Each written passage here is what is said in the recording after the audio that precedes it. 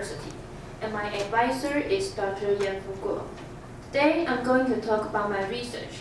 My research topic is grown pests, disease, and disorder identification using deep learning. And the first is an introduction. Growth ranked among the top 3 vegetables in global production. It had produced nearly 95 million tons in 2022. And common types of growth including cucumber, muskmelon, winter melon, native cantaloupe, and lava. These types are also our main target for our image collection.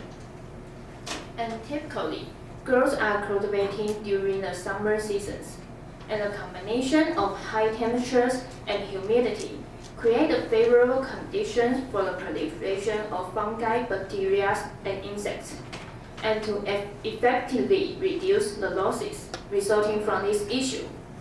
And it is important to accurately identify the disease and pests. And these symptoms are usually identified through 2 traditional methods. The first one is experienced farmers can use naked eye examination, and the other one is plant pathologists using microbiological culture and microscopic examination. However, these 2 methods had a weak point.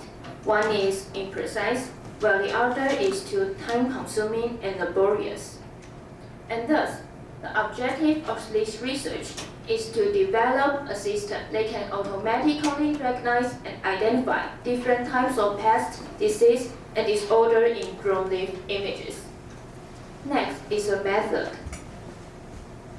Here are the numbers of images that we collected in the past few years. And there are 20 different types of disease, pests, and disorder, with a grand total of 70,665 images. And we include images from different stages of disease development. And this means the model can learn to recognize symptoms at early, middle, and late stages. And I select the 7 most common types of disease along with a healthy leaf as my dataset. And to ensure high quality and consistent data, we implement a systematic data collection strategy. And we focus on taking pictures of single leaf, mainly from the front side. And each photo was taken to ensure that the leaf occupied about 70% of the images, and providing clear and detailed visuals of the symptoms. And this approach minimizes background noise and other distractions, allowing the model to focus on the relevant features of the leaf. And images such as these 2 examples shows the type of imagery we include in our dataset. And photo with more than 1 leaf, partial leaves, or the backside of leaves are not accepted. And the dataset had a total amount of 6,989 images, and including 4 disease types, 1 pest, and 2 disorders. And here is my system overview. My system uses a line bar as UI. Farmers can upload photos of ground leaves directly from their mobile phones. And once a photo is uploaded, the ground pest, disease, and disorder classifier will analyze the image to identify any present pest, disease, or disorders. The system then provides the farmers with the identification results and recommended treatment method. And this process is not only faster but more accurate than traditional methods, but also highly convenient for farmers in the field. And I use ResNet model for this research. And the training details are listed on the presentation, including image size, train and test data ratio, epochs, batch size, initial learning rate, and optimizer. And here are the data augmentation, including color filter, rotation, horizontal flip, and vertical flip. And next is the result and future work. This is the model performance, and the left chart shows accuracy, while the right chart shows loss. And the one I select is the one from 15 epoch. And the model from here might have a higher accuracy than this one, but it might be a little bit overfitting, so that's the reason why I chose the 15 epoch instead of the 14th epoch. And this is the confusion metric of the model. The overall accuracy is 97.24%. And here are two types. They have the lower accuracy, anthracnose and phytotoxicity. And one possible reason could be due to the imbalanced data set. And the number of images for these two types is lower compared to others. And as a result, they are more frequently classified as other disease with higher image counts. Another reason is that different diseases may exhibit similar symptoms. For example, phytotoxicity, downy mildew, and choriospora blight. They have been classified as each others. They appear very similar at certain stages or under certain conditions. And the brightness or color tone of the images taken could also contribute to this situation. And the other situation need to be concerned is the unsimilar symptoms of phytotoxicity. These 6 images are all phytotoxicities, but they appear somewhat unsimilar in their appearance. And this is because different types of pesticides or dosage can cause varying degrees of harm to plants and leading to different symptoms. The results for now were all obtained using a classification model. However, classification model had a main limitation is that it can only identify a single disease symptoms. When a leaf shows 2 or more symptoms at the same time, relying on classification may not be sufficient for accurate identification. And for this reason, I plan to switch a classification model to an object detection model. Object detection model can recognize and label multiple symptoms, making the identification process more precise. And by using this approach, we can expand the system to detect 10 types of pest, disease, and disorders. And we will categorize certain diseases like downy mildew, powdery mildew, and anthracnose into early and late stages. And it is not only because of their different symptoms at different stages, but also because understanding the stages of the disease will help us recommend the most effective treatment at the right time. Viruses are very challenging because they can present in various forms, and we will divide the virus symptoms into 3 main types: yellowing, distortion, and mosaic.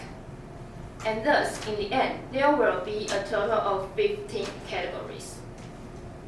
And in the future, our label strategy will involve more detailed annotations.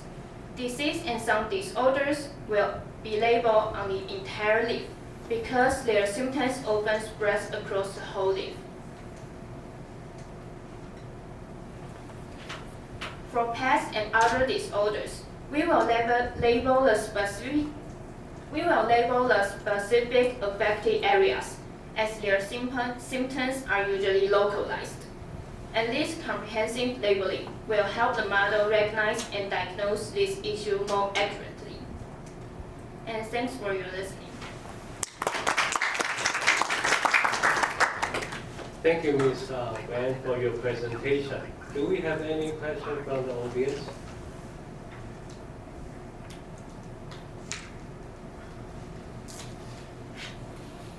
Any question? Comments? We still have a few minutes, so probably I can start ask your question first. Can you go back to the labeling, the image showing like, So from the image of the top left, it seems that those lesions are very small. Do you have an idea like what's the size of the input image should be in order to recognize this kind of lesion?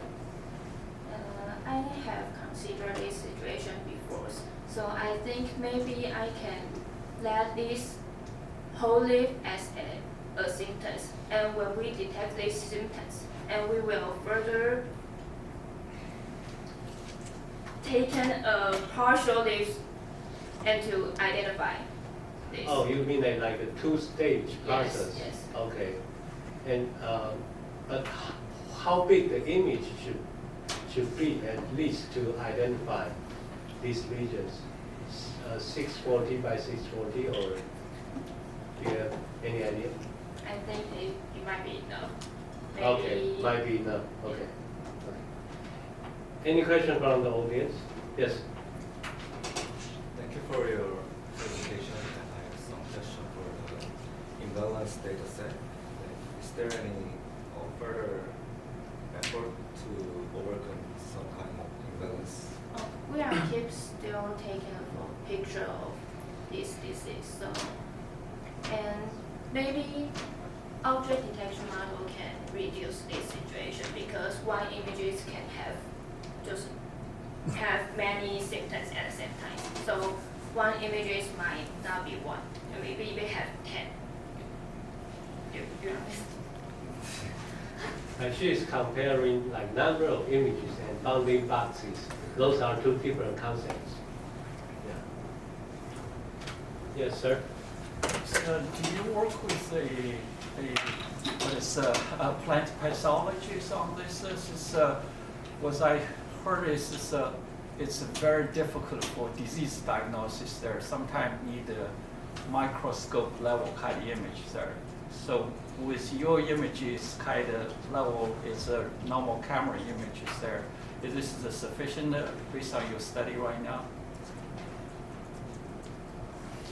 So like from the images that we see, you check them with naked eyes. So do you have any plant pathologists, like experts, to confirm the ground truth for you? My data sets are all labeled by plant pathologists. It's not labeled by me.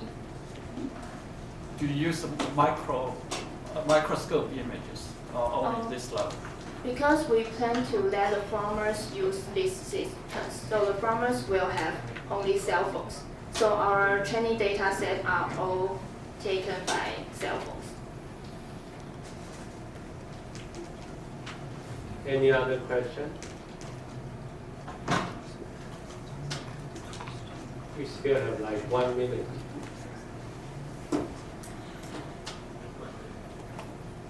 Yes, please. Thank you for your presentation. I have a question about line mode. In page 13, there is line mode word. Sorry? Line bot, Line mode. the page of line bot.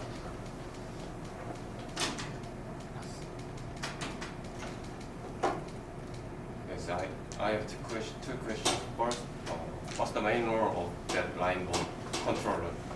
And second, why you choose that line mode against other embedding model such as GPT? Because we only need transfer the photos and the identification results. And the line is the convenient app in Taiwan. So many people use these applications. Well, the audience is asking what's the function of that line bot, and is that a deep learning model or not? But we are running out of time, so probably you can exchange your I ideas can talk to you later. later. Yeah, Sorry. you can exchange line too. Okay, thank you very much.